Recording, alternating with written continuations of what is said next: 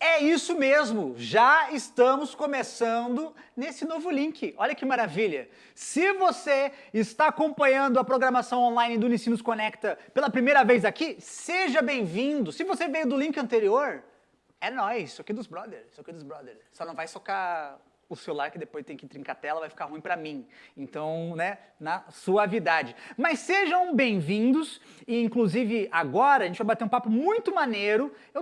Assim, ó, estou feliz demais de estar aqui ouvindo essas conversas maravilhosas, estou aprendendo, estou adorando cada minuto. Uma salva de palmas para o Unicinos Conecta. Olha só, maravilhoso. Que vocês não estão vendo, mas a gente tem uma plateia preparada para aplaudir aqui. Ó, 1, 2, 3, aplausos! Muito obrigado. Aê! Roda, roda, Jequiti, é aqui mesmo, só no Unicinos Conecta. E agora a gente vai bater um papo muito maneiro sobre alguns projetos que incentivam a inclusão de gênero e que empoderam mulheres para construir uma sociedade cada vez mais igualitária. E quem vai bater esse papo incrível com a gente aqui vai ser a Franciele Smith. Franciele, com você, Franciele. Oi, pessoal, tudo bem? Então, eu sou Franciele Smith, sou pesquisadora, aluna de doutorado aqui na comunicação da Unicinos, né? Fiz mestrado aqui, me formei em TP aqui na Unicinos, né?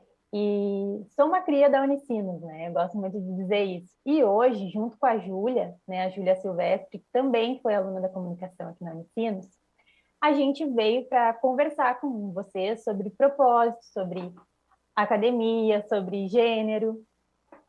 E a gente vai começar com a fala da Júlia, né, que ela vai contar um pouquinho da experiência dela, dos projetos dela, para a gente. Oi, Júlia. A gente fortalece o mercado editorial, a gente divulga autoras mulheres, mas principalmente a gente utiliza desse momento, dessa leitura de autoras mulheres para se autoconhecer e para dividir essa vivência de ser mulher.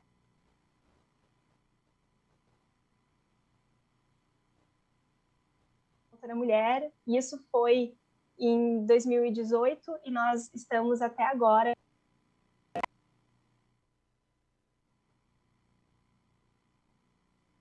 Oi, pessoal, tudo bem? Muito prazer, eu sou a Júlia Silvestre, tenho 26 anos, sou formada pela Unicinos, sou formada em Relações Públicas, me formei no final de 2017. Hoje eu sou empreendedora, sou CEO e cofundadora na Plural. É uma empresa que trabalha com comunicação para outras empresas, então a gente faz redes sociais, eventos, ações de relacionamento. Eu atuo com isso hoje e, além disso tudo, eu também sou uma mulher feminista. E eu me descobri uma mulher feminista durante a minha graduação. Então, quando eu comecei ali as buscas pelo tema do meu TCC, na época, eu comecei a encontrar algum propósito naquilo. Eu queria que o meu trabalho final, né, que fizesse aquele fechamento todo daquele ciclo de graduação, fosse algo que me representasse por inteira. E eu percebi, ao longo dos semestres de faculdade de comunicação, o poder que a comunicação tem para provocar uma mudança social. E o quanto eu queria estar empoderada disso, empoderada da comunicação, para poder fazer a diferença no mundo, principalmente para a realidade das mulheres. Então, comecei uma busca super aprofundada mesmo, comecei a ler muito sobre o assunto. Na época eu tinha uns 20 anos, e hoje, quando a gente fala de movimento feminista, é muito comum, né? A gente encontra pessoas que sabem o que é, que conhecem, que se identificam ou não, mas na época a gente não tinha tantas referências, não era um assunto que estava tão em alta, e ainda na época continua sendo, né, um assunto que muitas pessoas entendem equivocadamente, né, o que é o feminismo, o que não é. E eu comecei a ler muito sobre isso, me interessar, me aprofundar, busquei muitos livros na biblioteca da Unicinos, e eu resolvi que eu queria trabalhar com isso, né? Eu queria que, pelo menos, alguns dos projetos da minha vida fossem conectados com a realidade das mulheres. E na época, né, eu já tinha eu tinha um emprego, né, trabalhava, gostava muito do meu trabalho e comecei a pensar em formas de incluir a comunicação e o feminismo e a luta por uma melhor realidade para as mulheres em um projeto social, algum projeto paralelo, e eu comecei a tornar isso tudo um grande hobby, que hoje é uma parte muito grande da minha vida. Então, eu amo livros, eu sou leitora desde criança, e junto com a Mariana Blaut, que é uma amiga minha desde a época do ensino médio, e que também é formada pela Unicinos em jornalismo, a gente resolveu começar a falar sobre livros. Então, primeiro a gente criou um Instagram literário, chamado @pagina.100, e a gente começou a trazer várias resenhas literárias ali, e a gente começou a perceber que, basicamente, quem estava vindo, interagindo com a gente eram mulheres, e que a maioria dos outros espaços que falavam sobre livros continuavam falando de livros sobre homens, livros escritos por homens, né? A gente entra em livrarias, a gente abre algum site, algum e-commerce de livros, e os principais livros que estão ali são livros escritos por homens, mas a maioria das pessoas que leem são mulheres. E a gente começou a ver que tinha um gap muito grande ali e que não estava fazendo sentido. Então, a gente resolveu trazer para São Leopoldo um clube de leitura chamado Leia Mulheres, é um clube nacional, não fomos nós quem fundamos, mas a gente resolveu trazer e começar a divulgar na cidade que a gente estava promovendo uma leitura mensal gratuita de livros escritos por mulheres. E a gente mandou o convite, disparou, colocou no Facebook, colocou em tudo quanto é lugar. E na hora chegaram 30 pessoas para a gente discutir uma autora mulher, e isso foi em 2018 e nós estamos até agora, em 2021, com esse grupo. O projeto mudou, né? Nós não somos mais mulheres, depois de um tempo a gente criou o Tinha Que Ser Mulher, que é o projeto que eu tenho atualmente, junto com a Mari. O Tinha Que Ser Mulher é uma comunidade de mulheres que leem outras autoras mulheres e que também juntas se fortalecem enquanto mulheres. Então, todos os meses, a gente lê um livro de uma autora mulher, a gente se reúne, estamos nos reunindo online desde o início da pandemia, mas a gente também às vezes vai se reunir presencialmente, né? A gente se reunia presencialmente antes, e a gente discute essas obras, a gente fortalece o mercado editorial, a gente divulga autoras mulheres, mas principalmente a gente utiliza desse momento, dessa leitura de autoras mulheres para se autoconhecer e para dividir essa vivência de ser mulher. Então, a gente acaba trocando muito essas experiências, né? Várias são mães que acabam trazendo uma visão totalmente diferente. Nós temos mulheres de tudo quanto é idade, de mais de 50, mais novas, enfim, a gente somos um grupo bem diversificado e a gente discute sobre o ser mulher. O Tinha Que Ser Mulher hoje também tem um podcast, está disponível no Spotify, em outras plataformas de streaming. A gente tem episódios quinzenais sobre a autora, sobre todo esse universo. E isso tudo surgiu por causa de uma pulguinha atrás da orelha lá no meio da faculdade, quando eu estava começando o TCC. Então, é muito incrível o quanto a gente pode, durante a faculdade, descobrir coisas que nós somos, descobrir o nosso propósito, descobrir hobbies novos, testar e conectar isso tudo com aquilo que a gente está aprendendo na faculdade. A gente não precisa se limitar ao que todo mundo está estudando, a gente pode trazer essas nossas preferências externas para se conectar com aquilo que a gente está aprendendo na faculdade, e isso que torna o aprendizado ainda mais incrível. Então, vim aqui rapidinho só contar minha história, dividir um pouco de quem eu sou, e eu agradeço muito ao Conecta, a equipe toda do Conecta, por mais uma edição que eu posso participar. Eu adoro esse evento, e pessoal, aproveitem muito, muito, muito, porque é um momento muito importante para clarear as ideias aí do nosso futuro. Então, aproveitem. Muito obrigada. Um beijo e bom exemplo. Obrigada, Júlia, por compartilhar com a gente a tua experiência, né? E por fazer a gente pensar sobre essa questão de fazer algo que faz sentido para a gente, que nos mobiliza, né? E que tem tudo a ver com o que a gente vai falar aqui hoje, né? Que é sobre propósito, né? Então, como eu estava falando antes para vocês, eu sou pesquisadora, sou aluna aqui da Unicinos, e assim como a Júlia, né? Eu também me descobri e me tornei feminista durante a graduação, né? Quando eu entrei para o LIC, que é o Laboratório de Investigação do Ciberacontecimento, que é o grupo do qual eu faço parte hoje, né, meu grupo de pesquisa, o grupo estava estudando em 2014, estava, na verdade, finalizando um projeto que investigava acontecimentos nas redes sociais, né, e estava se encaminhando para começar um segundo projeto que dava continuidade a esse, né, porque o grupo tinha identificado que haviam muitos acontecimentos nas redes sociais, muitos ciberacontecimentos, que tematizavam questões de gênero, sexualidade, homofobia, mobilizações sociais, enfim. E a partir do projeto, eu comecei então, né, quando eu entrei em 2014, eu comecei a estudar, a ler, a pesquisar sobre mobilizações feministas, né, mapear casos que tinham a ver com essas questões de gênero, enfim. E a partir daí, eu comecei a me dar conta das opressões que nós mulheres sofremos, né? A me dar conta da desigualdade de gênero, do quanto isso atravessa as nossas vivências, do quanto isso impacta as nossas vidas, né? Na vida das mulheres. E aí eu fui me apropriando dos dados e vendo, por exemplo, né, várias questões que eram importantes, como, por exemplo, a representatividade na política das mulheres é super baixa, né? Na Câmara dos Deputados hoje, a gente só tem 15% dos cargos ocupados por mulheres. No Senado é 12%. Então, assim, isso também impacta na forma como a gente vê o mundo, porque a gente não tem, né, na política, nas empresas, por exemplo, também, onde os cargos de liderança, os cargos de poder são ocupados, na sua maioria, por homens, né? Então, quando eu comecei a ver essa realidade, a pesquisar sobre ela, a compreender a situação das mulheres, eu fui me tornando feminista. Porque ser feminista é isso, né? É também conseguir enxergar a realidade da vida das mulheres e lutar para que haja, né, uma mudança, lutar por algo que a gente acredita, né? E para isso a gente precisa entender, estudar e conhecer essa realidade antes da gente começar a lutar por ela, começar a lutar por uma mudança, a gente precisa conhecer essa realidade, né?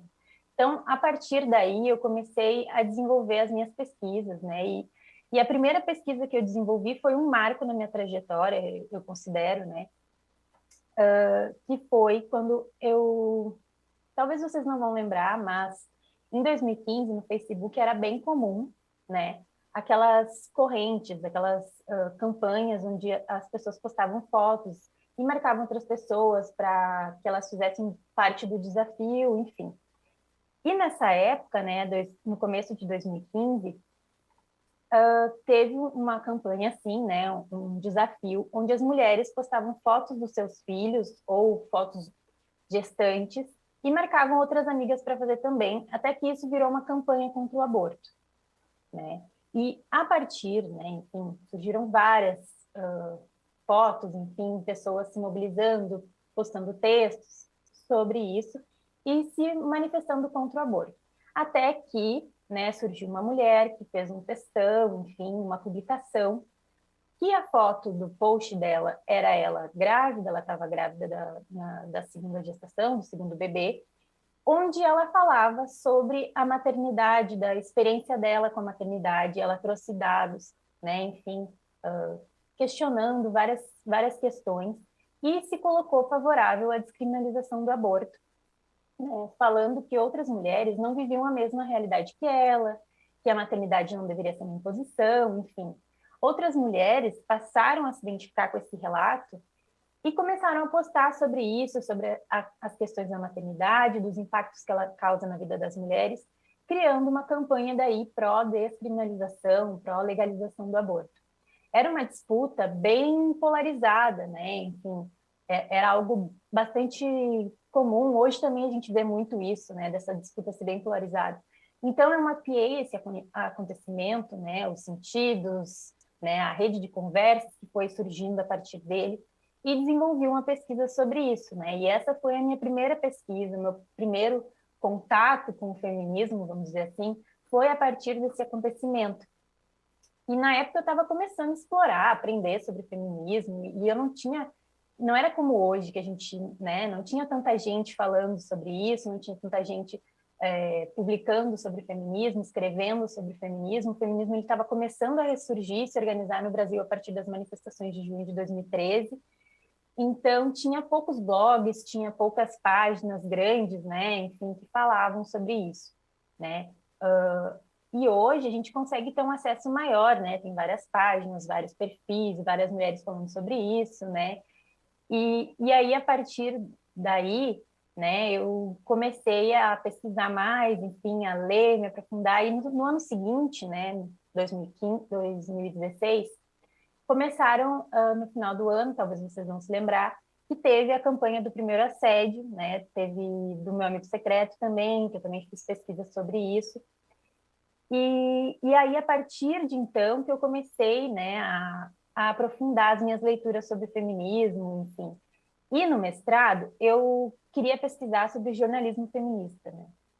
Eu queria entender, né, e saber como o movimento se comunicava para o mundo, comunicava suas pautas, enfim, suas questões, né, e como ele trazia outras mulheres também para o movimento, né, enfim.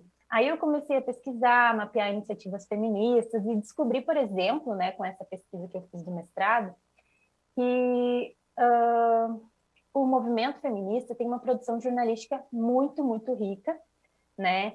E que começou lá nos anos 70, com jornais feministas super reconhecidos, né? Eu aprendi muito com essa pesquisa, foi muito importante para mim, para minha trajetória acadêmica, enfim. E aí, a partir dessa pesquisa, passei a me reconhecer como pesquisadora feminista e decidi, né, continuar na carreira acadêmica, né? Enfim, continuar fazendo pesquisa e a seguir, fazer o doutorado, né? Hoje eu sigo pesquisando jornalismo e gênero, eu pesquiso a violência de gênero no jornalismo.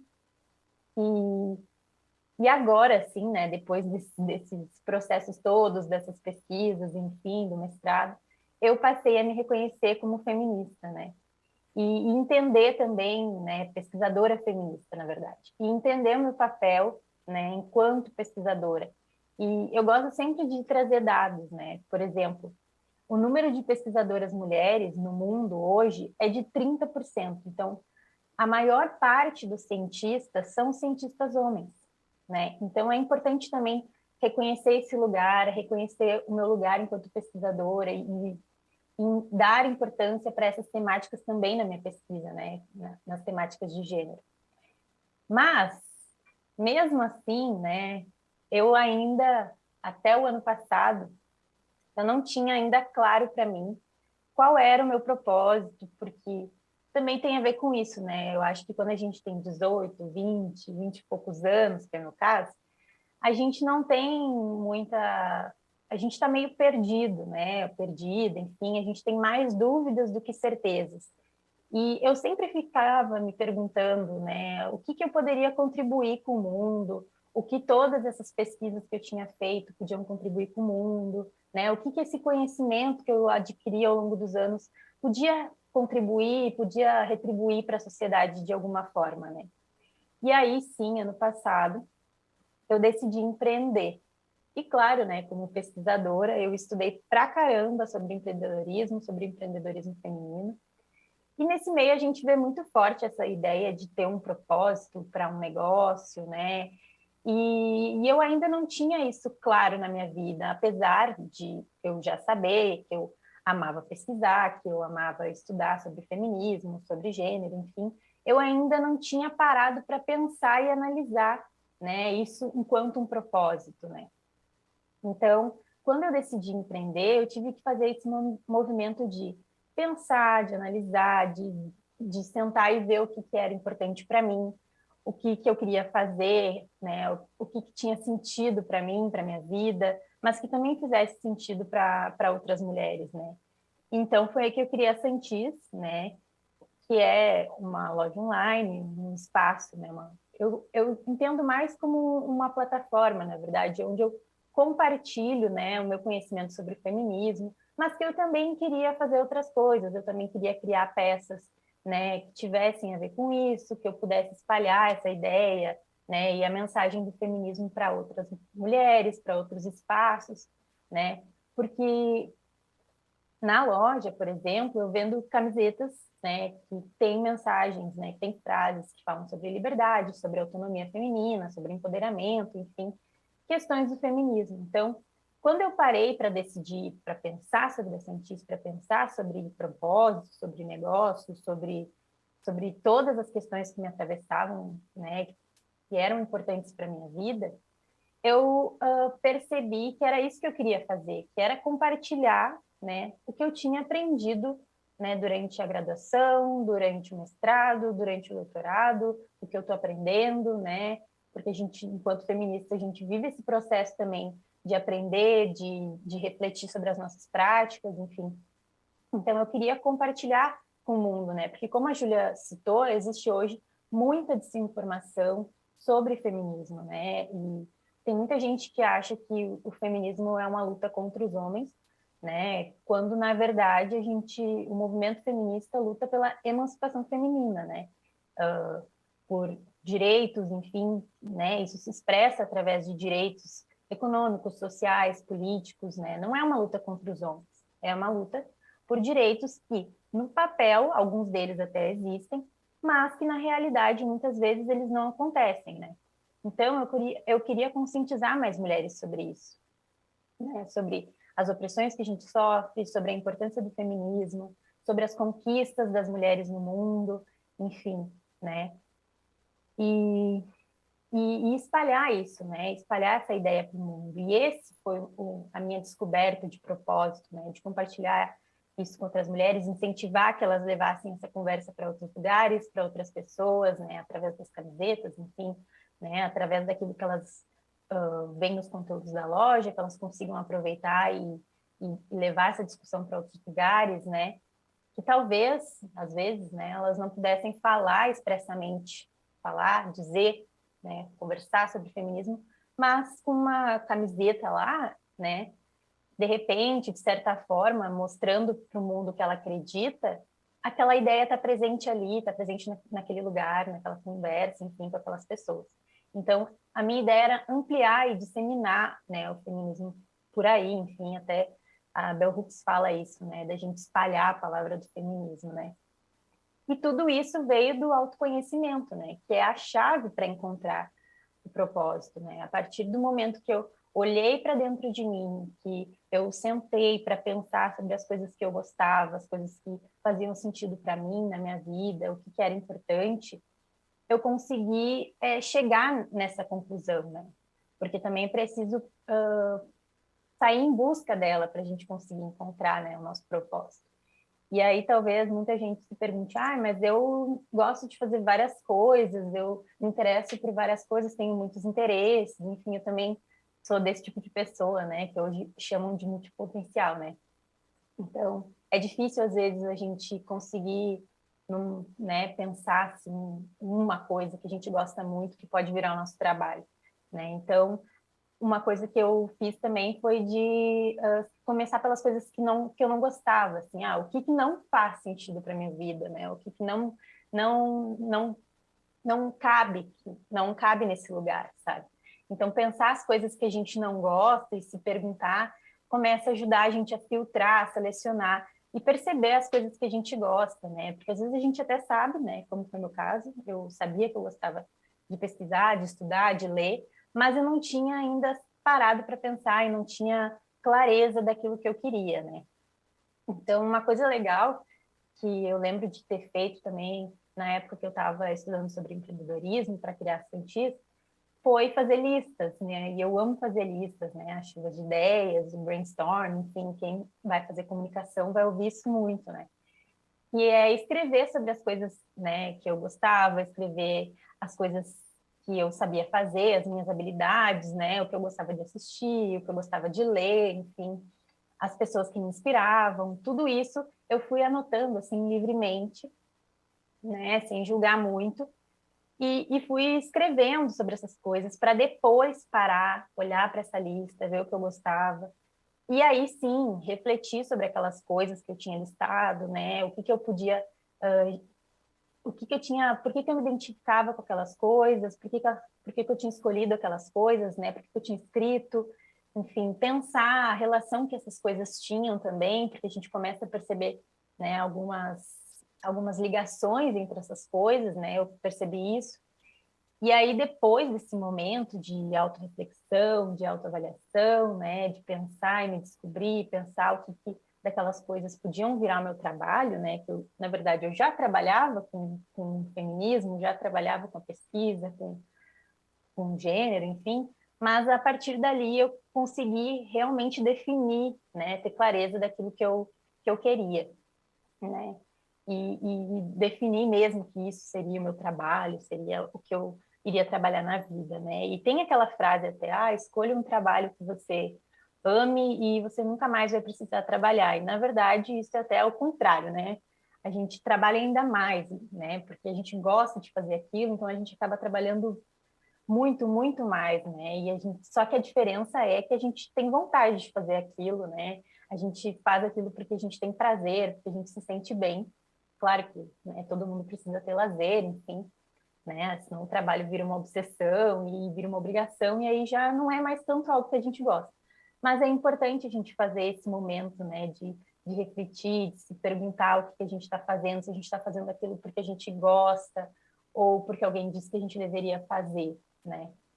Então, depois de fazer esse momento, talvez muita gente se pergunte, tá, mas eu já fiz tudo isso, eu já fiz listas, já conversei com pessoas, já, enfim, já fiz várias coisas para tentar encontrar meu propósito e não cheguei a conclusão nenhuma, né? Ou ainda não parei para pensar. E talvez, né, e tudo bem também se não encontrar nesse momento, né? Porque faz parte do processo. Muitas vezes a gente só vai descobrir o propósito no meio do caminho, né? Como foi o meu caso, por exemplo, né? Talvez um dia aleatório, numa conversa com alguém, lendo um livro, ouvindo um podcast, tu vai ter a sacada, né? Daquilo que pode vir a ser o teu propósito, porque a gente vai reelaborando também esse propósito ao longo da nossa vida, né? E também, às vezes, a gente está tão focado em querer alguma coisa, em saber, em descobrir, que a gente não consegue olhar para o entorno, né? Não consegue se deixar afetar por aquilo, para se questionar, enfim. O propósito é sobre isso, né? Sobre um caminho, uma autodescoberta, um processo, né? E eu me tornei pesquisadora feminista ao longo do processo, a cada acontecimento, a cada situação que eu observava, né? Que eu estava me perguntando daquilo que está acontecendo, que estava acontecendo, conversar com os meus colegas de grupo, trocar ideia, enfim. E foi acontecendo no processo, e eu fui ter a certeza quando eu parei para refletir sobre essa minha trajetória também, né? Então, ter um propósito é saber onde a gente quer chegar, ter energia, ter disposição para enfrentar essa caminhada, é fazer algo que a gente gosta, né? E que pode fazer a diferença. Às vezes a gente foca muito também em mudar o mundo, né? Em fazer uma grande revolução e esquece que as pequenas coisas, as pequenas atitudes, elas também têm impacto né, no mundo, na vida, né? E às vezes se elas geram impacto na vida de uma pessoa, já é fazer a diferença, né? Às vezes se faz sentido só para nós, já está fazendo diferença, né? Então, a gente precisa lembrar disso, a gente precisa saber disso, né? Que toda ação, ela pode gerar uma mudança, pode fazer diferença, pode gerar uma pequena revolução. E eu acho que a faculdade também proporciona isso para a gente, né? Porque é um espaço de aprendizado, de troca, né? De circulação de saber, onde a gente consegue conversar e estar com outras pessoas.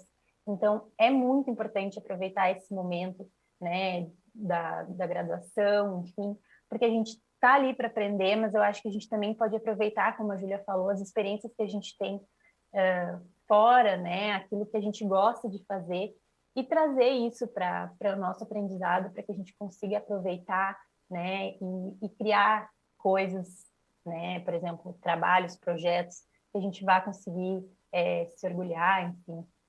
Então, eu queria... era isso que eu queria compartilhar com vocês. Eu espero que essa conversa tenha sido útil, tenha sido interessante, que vocês tenham conseguido aproveitar alguma coisa do que a gente conversou aqui, né? Se tiverem alguma pergunta, alguma dúvida também, né? Estou aqui aberta, a gente pode seguir essa conversa e seguir também pelas redes aí. Estou aqui.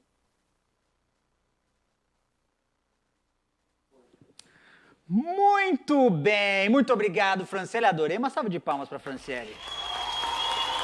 Excelente! E vamos dar seguimento à nossa tarde maravilhosa aqui do Unicinos Conecta. Salva de palmas para o Unicinos Conecta. E já tá com a pausa engatilhada e aplauso para a técnica, pro câmera, para você que está assistindo. E maravilhoso! Lembrando que vamos para o nosso próximo link. Você está preparado? Eu também tô. Então, vejo vocês no próximo link. Vamos para lá. Oi, sabia que além do site, Facebook, Twitter, LinkedIn, Instagram, a Uni também tem TikTok agora? Calma que não tem dancinha minha lá. Ainda não. Já tem conteúdo do evento e vai ter muita coisa da Unicinos sobre os nossos campos, dicas diárias dos cursos e o que tá rolando na universidade. Curtiu? Então segue lá, @Unicinos no TikTok.